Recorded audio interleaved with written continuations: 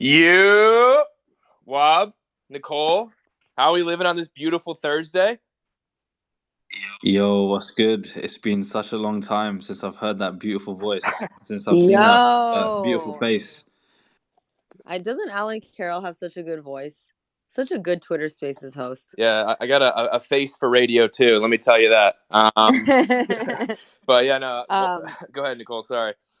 No, I was just gonna say, Wab, I feel like we haven't been in a Spaces together for an extended period of time. So this is a first for me. I feel really bullish on this. Yeah, I'm glad to finally talk to you as well. You're one person who I have missed. I've spoken to pretty much everyone in NFTs apart from you, I think. But yeah, it's good to see you and chat to you. What are you like? What's your are you just doing spaces with Degenomics or like what's your like history? So my role is head of community for Hashflow. But I'm more of like a NFT personality journalist. I'm usually the one asking questions. So that's my role. I've been a journalist forever. Um, I just entered this space with curiosity and that's my role. Right, all right, journalist. So I'm looking forward to getting interrogated then and getting the answers you need. Yeah, Wob, let me tell you, we got some interrogative questions here for you, pal, because I am also a journalist. Well, not really. I just kind of make memes. Yeah, I'm cheap. Citizen journalist, right? Yeah, I'm a very, very serious journalist here. But Wob, I guess before we get started, because we do kind of have some more serious questions, there might be three people in this space who actually don't know who you are. So could you just give like a 30-second to 1 minute background on who you are and what exactly you got going on in this space? Sure. I'm Wob.eth. For most people, I didn't exist before Sappy Seals. In fact, I didn't have a Twitter account, so I probably didn't exist to the world till then. I'm, computer science graduate and nerd, and started, with Sappy Seals, formed my team, grew a large community, and from there, it's just been interesting story that's unfolded. Loving the gaming side of things and Web3 and how that ties into all of the innovative stuff that you can do with NFTs and relating that to gaming and stuff. So that's a big focus for me as well. Massive W. And I guess let's just dive right in here because your time is very valuable, sir. I can't even imagine what the schedule's like. Wob, you're all over the timeline. You've been #1 on NFT Inspect. You clearly understand the attention economy. What's your secret to attracting these eyeballs, when people have super short attention spans in 2023? You should be telling me, Mr. Meme Master. You've got more engagement than me. But I can tell you the secrets. The secret is to have hot takes, is to be part of the conversation like as much as possible, and just being like a familiar face, right? When people talk about people in marketing talk about like touch points, right? Like how many people are like interacting with you and where they're interacting with you. It's very similar to that. It's like always popping up on the timeline, being in spaces, being on the timeline, posting memes, being involved in all these different cultures and communities, and giving the spicy takes as well, right? And as long as you're doing all those things, I think that you can capture attention. You can be on everyone's radar, and when you're in a privileged position as being like a project founder, part of an actual NFT company, you can drop shit that like is actually interesting and creates conversation as well. So, if you're someone who's like running something, like you can always just make yourself the center of attention in certain ways by actually doing stuff that's interesting in the space, which is actually not too hard because there's very little interesting or innovative stuff actually going on. So if you put in the bare minimum effort, you'll be able to put in some eyes. But yeah, just try and do all that without becoming the main character and without getting everyone to hate you, and you should be good. Yeah, easier said than done, sir. I will say some of these spicy takes you drop, most of them, they're at least, have well educated, you understand the context. Like, how do you kind of navigate the slew of information that is on Twitter from like what is real and what is not real? Because, you're usually capitalizing on these moments very quickly. So how do you kind of get that information together? Yeah. So I'm not someone who like tweets about stuff in the moment. I tend to like wait a bit for it to mellow And once everyone's like said their talking points, and once everyone's argued about it, then I'll just come in like with the more rational take. I feel like that's like the safest way you can do things, because in the heat of the moment, you can say some outlandish shit and not have like the best judgment, and that is where you get into like a dangerous position where you become the main character, where people start dunking on you, and then you start taking L's, and I think that's what you just primarily want to avoid, right? So yeah, that's what I would say to that. Hell yeah. Nicole said she's rugged, so she's going to be back with us in a moment. But Wait, can you hear me? Oh yeah, I can hear you now. Oh, thank God. Okay. So, can I ask a question? Obviously, go ahead. Okay.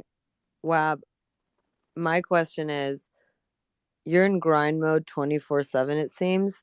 And what are you doing outside of crypto, and how do you manage the burnout? Please don't ask me that.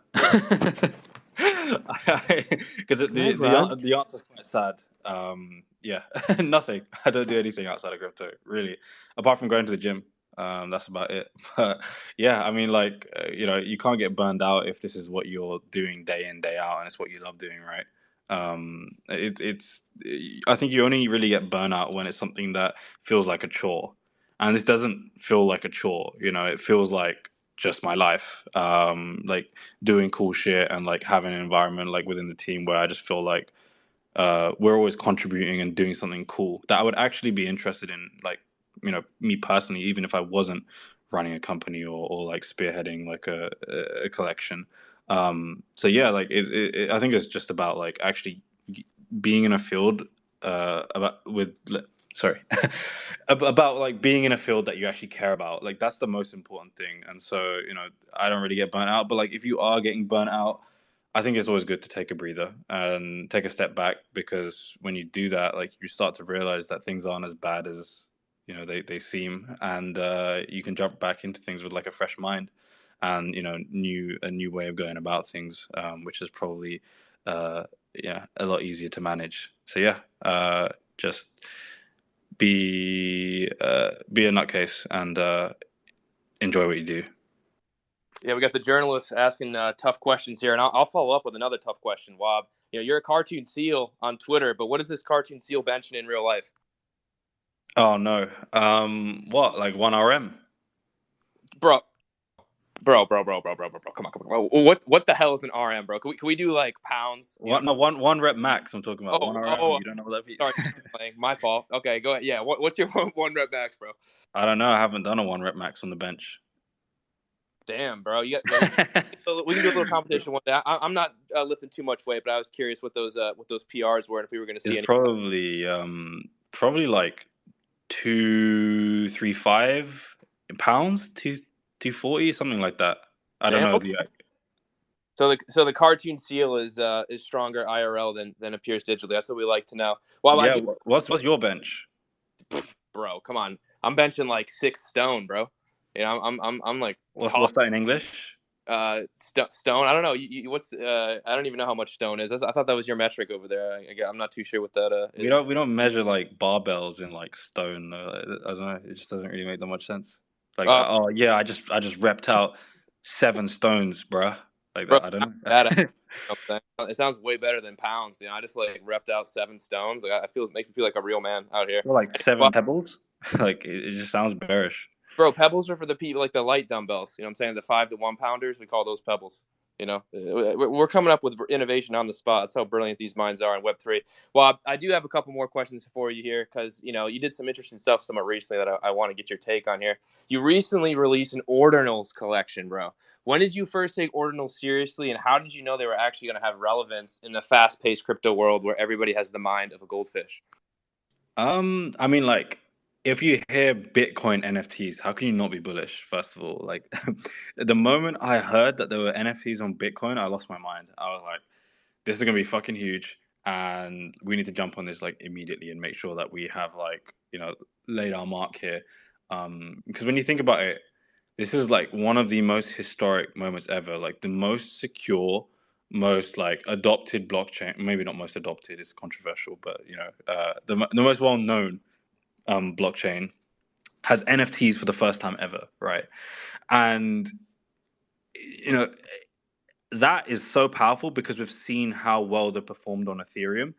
And some people will argue about like the L2 NFTs on Bitcoin. I'm just going to completely ignore those. I don't think they're real, or they are real, but like they're not like as valuable as the L1 BTC ordinals, because those are going to live forever, and those are stored on the most like permissionless, most decentralized, and most like secure blockchain in existence, right? So it's a big deal. And we saw those and we thought, okay, like how do we make sure that we're a part of history here? Because we have a platform, we have a community, and we're in a position where we could do something cool as fuck that in the future people look back on and think, wow, like that was crazy, that was incredible, and like I really want one of those. And that's what it was about. It was about being a part of history and actually giving our own twist on it, and doing something that was more interesting than just releasing more PFPs on Bitcoin, right? We wanted to have it feel on brand, but also like historically and visually interesting as well. And that's kind of why we went with the whole ASCII thing.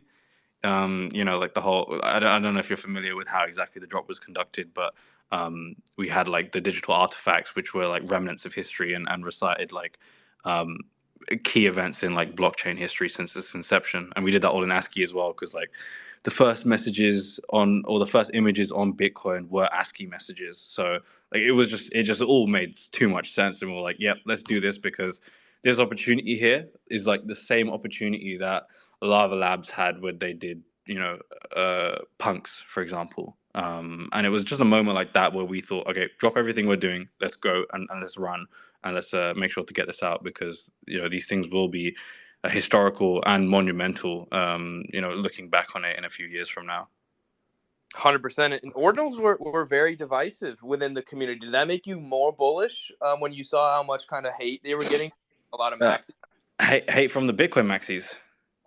Yeah, man. Like a lot of them were like, it was like the worst thing that's ever happened to them in their life. It's like that the world was ending for a couple of weeks. Like, how did you kind of see that? What was your perspective on that? Yeah, I mean, it's just a flawed take, right? Like these guys, they literally hate anything that isn't just using Bitcoin as like a currency, or not even. They don't even want to use it as a currency. They just want to use it to like. They don't even want to sell it. They just want to have it pump indefinitely, which is, I don't know. I think it's a bit ridiculous, and I don't particularly listen to those people. They also hate like L2s as well, like stacks. So it's like, what do they really want? So I ignored those people, but I think the controversy is good, right? I don't know if you saw like Rod Armor, like the ordinal guy, like how crazy he went with with against Yuga and stuff. I think he's like calling him like Kali Yuga and this some crazy shit. I don't know how filled in you are on that. I have not seen all of the FUD. I've been definitely keeping up with some of it. I'm an Udi fan, so I just kind of follow Udi's page, and whoever he's dunking on that particular day, I'm checking it out. But that's pretty awesome, man. I'm a big fan of ordinals as well. I do like to always see innovation coming from the space. I think that's pretty bullish to see for the current state of things. I kind of want to build on that, because the way that you did the ordinals drop was also very interesting for the community. You built out several intricate quests during this drop. What advice do you have on keeping these quests like somewhat original and engaging, while also not making them impossibly hard for people to complete? So with the quests, right, we wanted to make them feel like they were part of the story that we were telling, and like really achieving something, like making sure that they didn't feel like a grind. Like the worst thing that we could have done is had them feel like a whitelist grinding competition, right? Because everyone hates those, they're pointless, and it's just like, why am I even doing this? But the whole point was like, we're doing something with new interesting tech, so let's get people involved, right? Like if we're going to be part of that movement, let's help push the movement. And so, some of the quests were like, I can't remember. One of them was like harass a Bitcoin maxi, not harass a Bitcoin maxi, educate a Bitcoin maxi. Having actual conversations with people and trying to understand like where they're coming from and why they dislike ordinals, and why you particularly feel like this is interesting, because like I don't want to be there trying to convince everyone that this is the next best thing, or like something that's going to be like historic. I want people to go out there and realize that themselves. And so through these quests and stuff, we try to like get that message across. So we had the educated Bitcoin maxi one, and we also had like other ones where it was like you had to make your own ordinals and figure out how to upload them, and the ones that were kind of in tune with what we had tried to do with our digital artifacts drop were sort of like brought up to the top, and we took note of. So yeah, it was just that. It was just making sure that like they didn't feel grindy. Another thing was that they felt collaborative as well. I feel like collaboration is something that's like underplayed in you can incorporate in even the smallest aspects for things that you do, right? And collaboration is exciting. It's what like brings people together. It's what brings community together. So we wanted to include that, and there's a couple other things as well, like making sure that it couldn't be solved by Chat GPT, because these guys and these girls, they every single time we put out like a riddle or something or like a quest, these guys just chuck it straight into Chat GPT, and it like they try and like cheat their way to winning like free ordinals. So we had to like design everything in a way where like you couldn't just plug it in, and it contained references to things that like wouldn't be understood by a computer, or like required like some sort of social understanding of like who people are and what their relations are with each other. So stuff like that, is really, really important. And like you just want to make sure that anything that you do like this, where it's like a quest or something like that's interactive, like you want to make it feel not grindy and make it feel interesting and fun. Hell yeah. Very, very good alpha right there. A lot of people are always building quests here in Web3 and crypto world. I guess a follow-up question on that, Wob, is, you do have some quests underneath your belt. Is there anything that you wouldn't do again? Is there a mistake that you can highlight for people that they don't want to make themselves, that maybe you can just touch on just real quick from your own experience, an example? Well, like on the quest style thing? Yeah, of course. Like something that you did that maybe you would do over again if you had the opportunity. I don't know. I feel like we did a pretty good job of it. But I have seen quests like pop up here and there in like different communities, like Cool Cats, I think, are doing it, and like some other people, like I think Quirkies are doing it as well. I haven't actually trialed out theirs. Do you know like anything about what they're actually trying to do with those? Because like I wonder what their content actually is, like all the tasks. I am usually paying attention to quests to always just see who's innovating and who's got good ideas. So I appreciate you dropping a couple names there. I will definitely give those a check. But I guess you also mentioned AI, bro. So I kind of want to transition a little bit in there because I do have an AI question for you. You released the AI meme machine for creators, which was awesome. What did you learn about AI during the process of building this tool? And what are your thoughts on humanity's relationship with AI in the future? Is it going to be Terminator? Is it going to be Wall-E? Like, what are we talking here? Okay, all right. So AI is like, I mean, it hit all of us kind of by storm, right? Like we really didn't know what the fuck this was until suddenly like someone wrapped a UI on it and gave us Chat GPT, and now the world has just been completely shattered by like these developments. Like that kind of happened with us because we were a little bit ahead of the curve when it comes to like the AI ML stuff, and this was kind of like before Chat GPT, I think. Or like when did Chat GPT come out? I can't remember exactly, but I'm pretty sure it was a little bit before that. And like when we first experimented with it, I'm someone who didn't know that much about it. I've studied it, but like at a very like foundational level. And like there were some people on my team who had, a lot of experience, like have researched it for a long time, but I personally hadn't. And like the first times of like interacting with like what do you call it? Stable diffusion and DALI, it was like it blew my mind. I was like, what the fuck is going on? Why is this making any sense? Like, and when we researched it further, and we were like, holy shit, like we could funnel like chat prompts. So someone could ask like, make me a meme about crypto and how Alan makes the best memes. And then it could actually take that prompt, turn that into like a caption, then plug that into a meme which is like relevant, and then literally output you a meme on the other end. And I like fundamentally, when I understood that that was a thing that we could do, like it kind of like just blew my mind, because you could get your mum to just type in a prompt, and then she could make like a meme that a Zoomer could like consume on TikTok and enjoy, which like I don't know. It was like the biggest like wake up call. I was like, what the fuck is going on in the world right now? But yeah, like AI is absolutely insane, and like where it's gonna go, we can't even imagine, because like when you see these different blips in innovation, we're only at the start. We don't know how far this is going to move, or where we're going to end up with this. I think we're going to end up in a very scary place that people aren't ready for.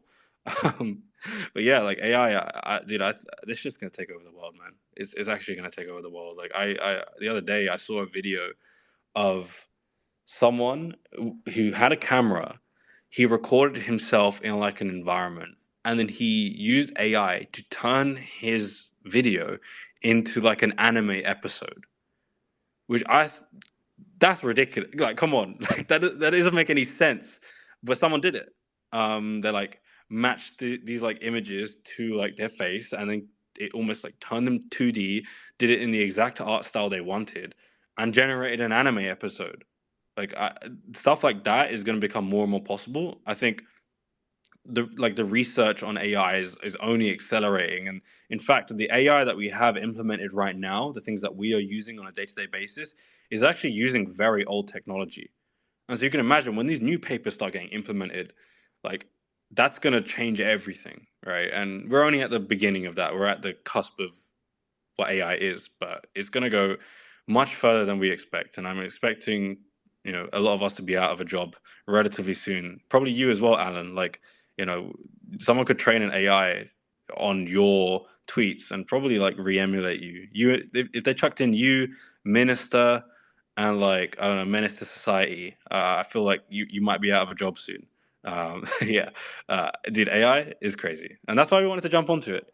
Because like it's the next big thing, and it's gonna be something that's gonna last as well. Let me tell you, Wob, I want all the smoke. These fucking bots, I don't want none of this, bro. I'm ready for them. I've seen all the Terminator movies. I know how to take these things down. I also have seen on LinkedIn a lot of new people are now prompt engineers, which is really cool to see. I'd love to see people embracing the new tradition of AI. And Wob, have you seen the show Black Mirror? Do you think that we're going to be living in a world like that, where we're all going to be kind of desensitized to things because of the way that society has progressed? Yeah, I mean, someone on my team, Daiku, he tweeted out this, right? He said, "Black Mirror is an interesting documentary," and I think I'm definitely of that viewpoint. I think we're already actually living in that sort of world. There's probably some, Black Mirror episodes that already exist now, or like already are a thing. And you can imagine that this is going to get like all of these episodes are probably going to become a reality at some point. Um, you know, I'm very interested to see where the world goes in that regard, and I think it's gonna be crazy. Well, let me tell you, I don't have a lot of regrets, but I absolutely do regret spending a couple hours. You were watching Black Mirror. That was like I wish I could erase that from my brain. But that's just kind of the way the cookie crumbles. We're kind of gonna pivot here because I have a couple more questions for you that I definitely want to be able to ask. NFTs, right? A lot of people have kind of abandoned ship on that. A lot of projects have ceased to exist anymore. Many NFT collections have actually gone to zero.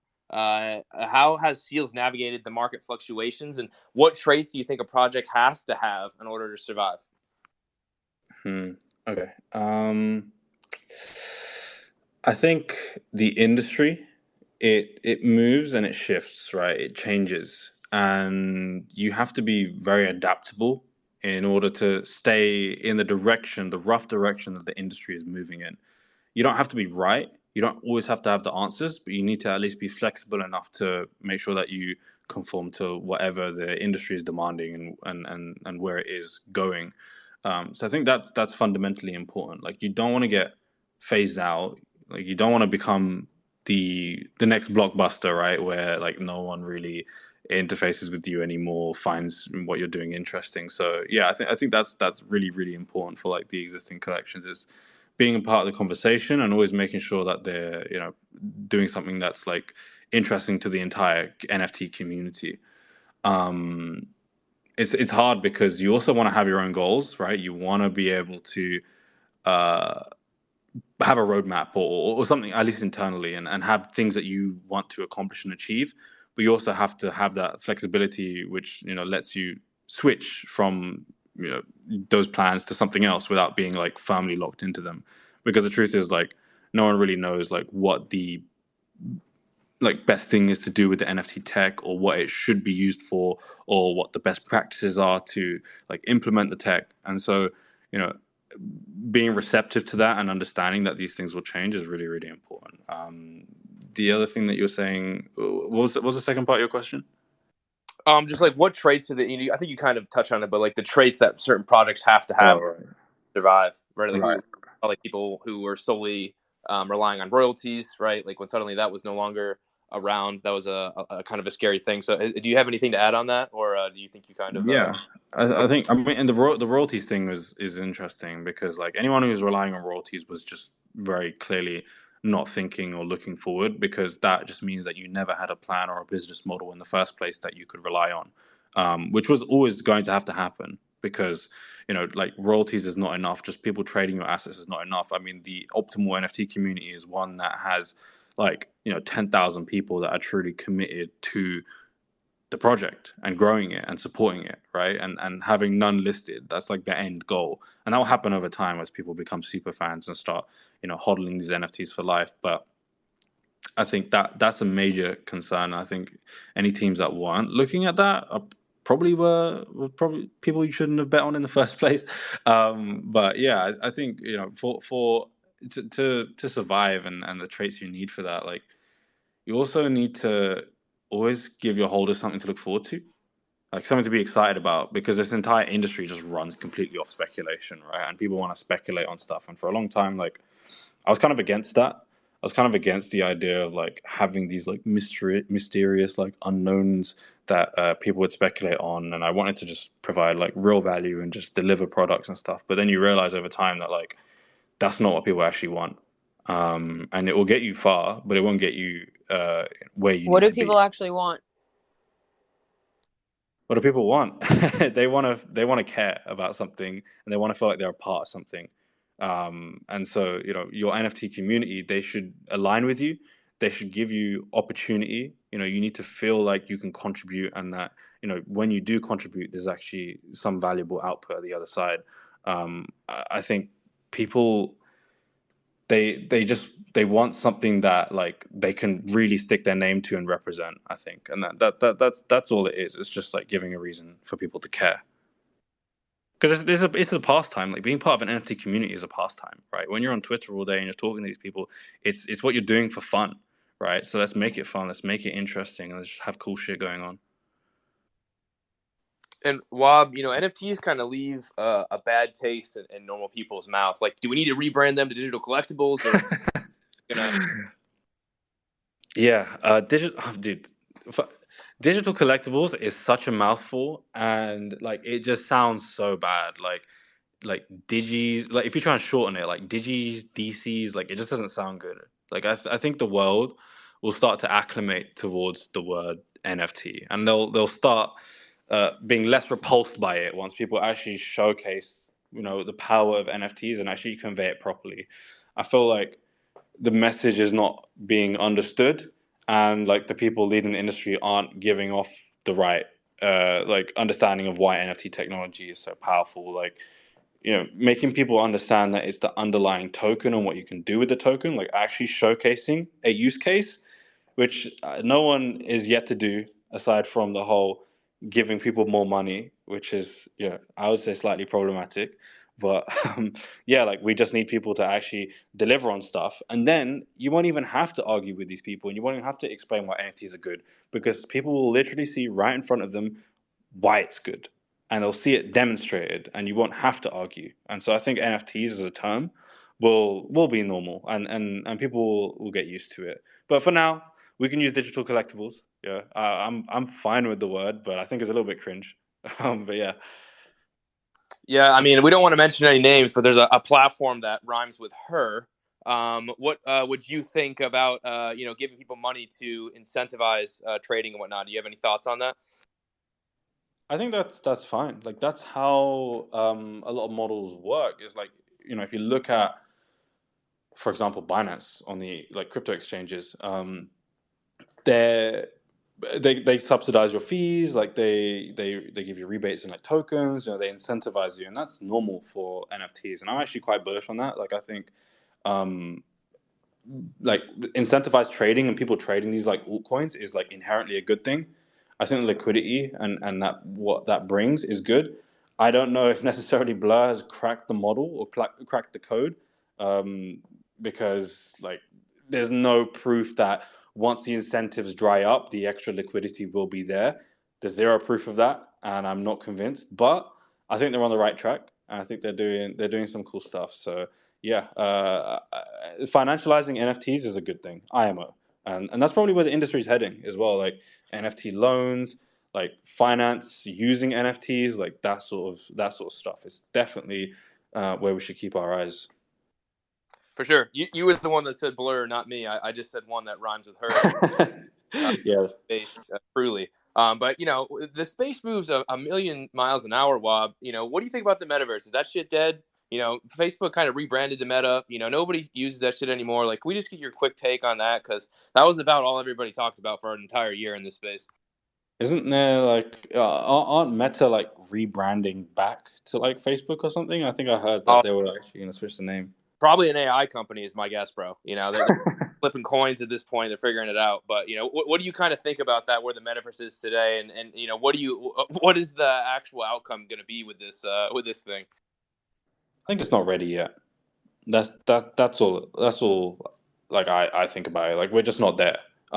Technology's not there. There hasn't been the right developments. There hasn't been the right systems in place for people to like truly utilize the metaverse, right? I don't know if like metaverse concerts are the solution.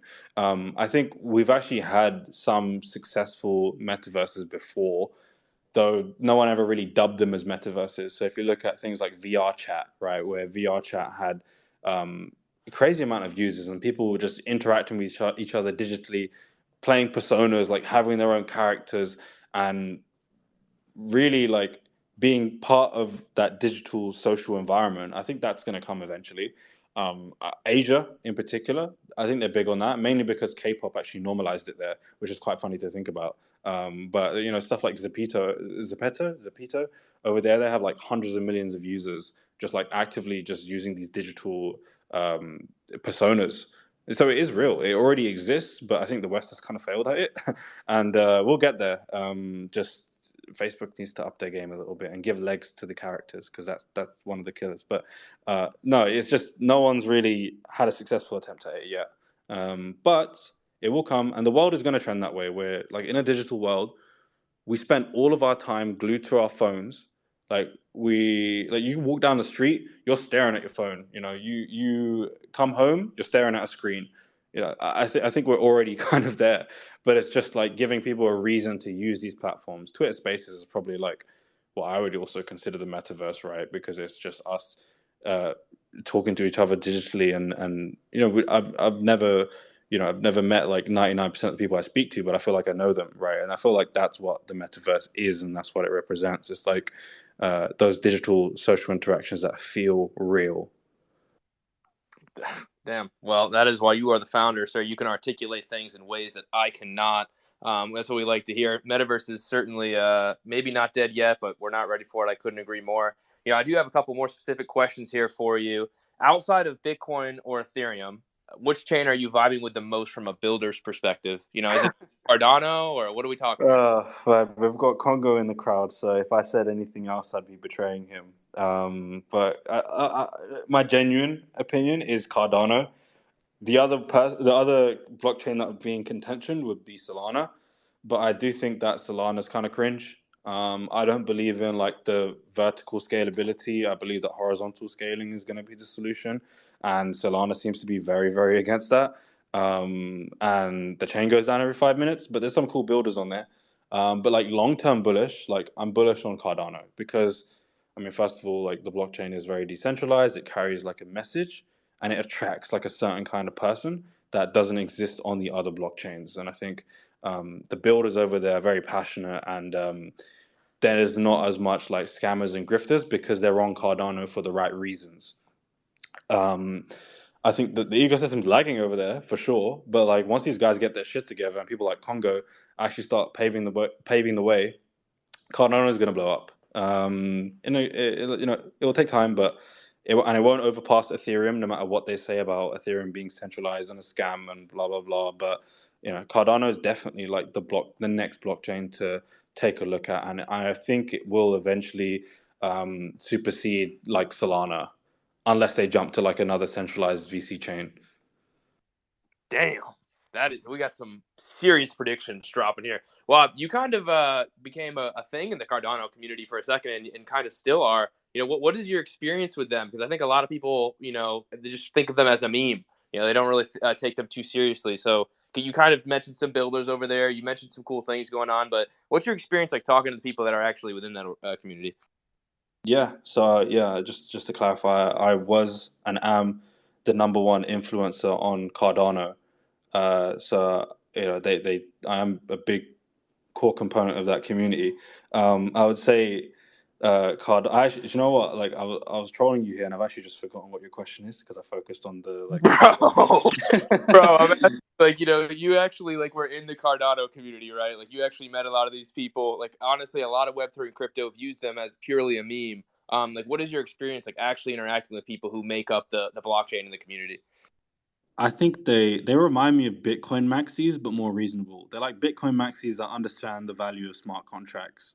So they're very aligned in that regard. I think the builders over there, a lot of them, I think, don't have previous business experience. That's the one thing that's missing from those guys. But like they do like have intention. They are really trying.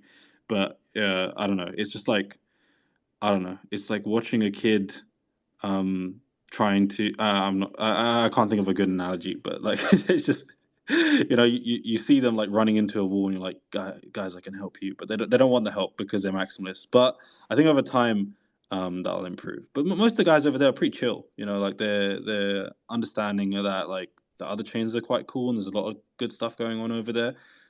They're relatively siloed in some regards, so it's not the best, but I think over time that will change. Congo is like one of my favorite people. He's in the crowd over there from Cardano because they're actually building like good shit and they've got experience. I've met like the Claymates founders and stuff, and they're pretty cool. They're trying to do their own metaverse, like it's very much like an art project, and using like the Wallace and Gromit kind of feel to create an IP. So they're doing some cool shit. And then like, who else is there? There's actually nothing else that isn't like absolutely terrible, to be honest. I think Yummy are doing some stuff, but yeah, I mean, for the most part, like the top collections on there are actually doing some cool stuff, So I respect their teams. Yeah, and obviously, look, the people who are involved with the projects in the blockchain are very important. So I kind of wanted to ask you about the team that you have built who are executing day in and day out. Like, what are the most important things when you're building a team? I know you guys aren't too big, but your output is pretty extraordinary. What is kind of your experience with getting the right group of people together, and what would you say is the alpha to making sure that you have this synergy and chemistry within your organization from the team that you've built? Yeah, I think one of the biggest changes we made, which was so amazing for like our team cohesion and our output, was just being straight up and blunt with each other and realizing that like we all believe that we're all sharing the same vision and we all believe in each other's skills and talents, and just being able to talk face to face and point out like, I think this is bad and I think we should do things this way, and not having any like personal attachment to like feedback. I feel like that's really, really important. Whenever you have like a team or a company, that sort of personal friction where people feel undervalued or like feel like their territory or their side of the business is getting like stepped all over is always a problem. But having the dynamic where your team really just feels aligned and just feels like they can just be honest and be truthful with what their opinion is like really, really important. And that's sort of the environment we have with the team. And that's sort of at the core like of why we've been able to like, with the ordinals, like move really quickly, because if I said something and I thought this is the way we should do things, someone else on the team who may not even necessarily be as senior as me will say, nope, this is bad and this is why. And I'm like, cool, I appreciate that feedback. Let's, don't let ego get in the way, and let's implement it and shift and change.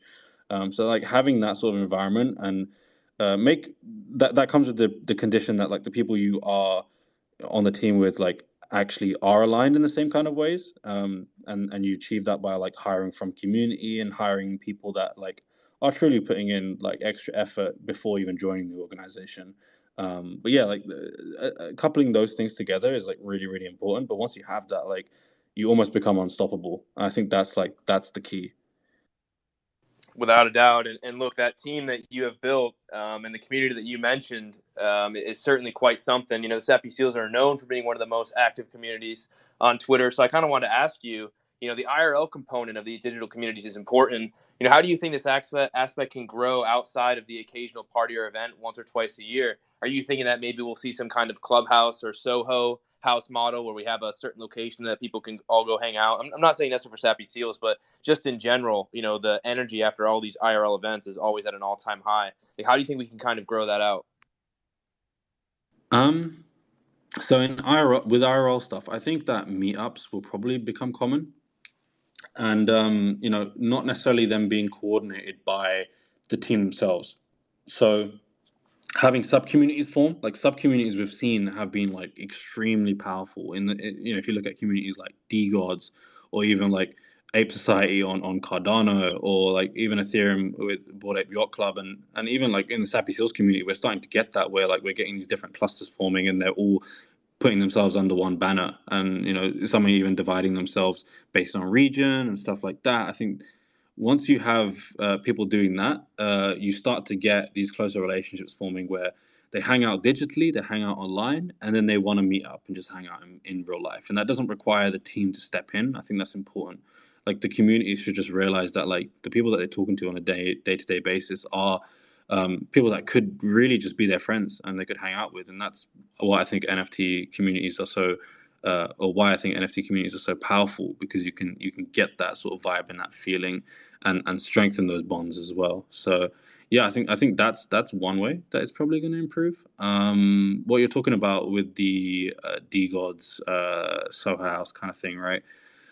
I think those are definitely going to come around, and we'll probably start to see teams invest in like these small token gated clubs, or bars, or like temporary days where like holders can come and hang out, and you know, get that access for free. It's a little bit expensive to run, but I think that, you know, once these organizations start to get big enough, we'll start to see that, and they'll start investing in these. I think Llamaverse has already started doing that. They have a down in London in Soho. They've got like a private bar called like or private club called Blacks that I've hung out in a few times as well, and it's pretty cool to just go there and just know that, like, you know, you've got that private access to such a nice place like that. But yeah, I'm like, us personally, like as a team, like Sappy Seals, I think we're leaning much more on people living in a digital age. Like humanity is getting more and more digital as time goes on, and you know, you're glued to your screen, and it's less about the IRL stuff, although I think IRL things are important, and more about like, how do we make people interact digitally in interesting ways and enhance their interactions as well, and make them feel more meaningful, more real, and you know, strengthen those bonds between people. I think that's where we're leaning towards, right? I'm really bullish on the digital side of things, but IRL, of course, is really, really important as well, as we know. I remember meeting you for the first time, and I was like, dude, I love this dude digitally, and you know, after I saw that handsome face, I was like, yep, I love him in real life too. You're a king, Wob. I did not know you were 6'7" and could play power forward in the NBA. Oh, wow. Yeah, Wob is a tall seal. Let me tell you, he can stand out in a crowd. It's hard to be Wob showing up at the seal events, because you know he's going to get mobbed. But Wob is also a stud. Made the trip to Art Basel from across the pond in the UK, so that was obviously awesome for our little event there. And Wob, I have a couple more questions for you. I know we're kind of getting close to time here. I want to be respectful of that. You seem to have a crystal ball, sir. Ordinals, AI, you know, what's the next hot thing that's going to be all over crypto Twitter? Can you spill some alpha for us so we can position ourselves accordingly here? Yeah. You know what, I'll take it. I'm bringing out the crystal ball, and I'll give you. This isn't even a prediction. This is just straight up alpha from the future. Financialized NFTs are gonna be like the future. Blur is on the right path. It's the right direction. But like loans, NFT leverage, and like just deep liquidity. So it's sort of like curve finance, if you're familiar with that from crypto. That sort of stuff is going to be huge, and you know, being able to trade NFTs like altcoins, and having anyone who's new to crypto being able to instantly just be able to buy into your project. That's where I think things are going. my wilder prediction is that teams are going to be trying to come up with, well, there's going to be like a race to bring fungibility to NFTs. And by that, I mean having your NFT collection have a $1 buy-in as opposed to, like however much it costs for a Sappy seal, like a couple thousand, or like a Bored Ape, which is 100,000. Having a token that represents ownership in your collection, because NFTs have had a lot of trouble because they've been purely restricted to 10,000 people or however much your supply is. And that means that your community can't scale. And so there is going to be a race to scale and a race to be able to onboard as many people as possible. We've seen a little bit of that through like Ape Token and similar tokens, but we'll start to see a lot more of that. And I think there's going to be some craziness when it comes to like vaults of NFTs and trading in tokens to redeem like the actual like NFT itself, or having like a fungible asset which like represents some form of ownership. But it's a bit of like a schizo take, but like I think that's where things are going. And yeah, I want to be pushing that as well, but we've got so much other stuff that we need to worry about that like we can't participate in that just yet.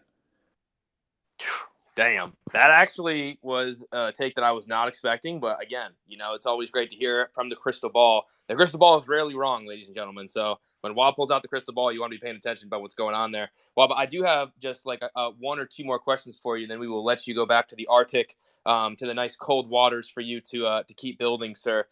You've done a lot in a short period of time. You probably have a lot of experience, learning from other people as well. Who do you learn from and take inspiration the most as a founder and a builder and somebody who's created a cult-like community? Like, how did you kind of get on that track, and who's somebody that you look up to and are trying to emulate maybe?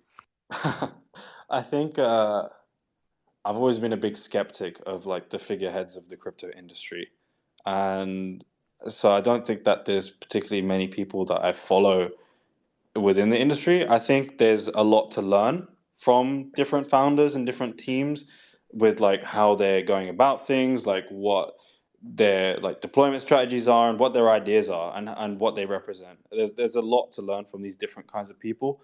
But it's more about, I don't think it's about like following someone else and seeing them as a role model and implementing what they do and emulating it, but more so just finding the bits and pieces from different teams and founders that you enjoy and that you like, and then iterating and just doing it better, or like having your own twist on it.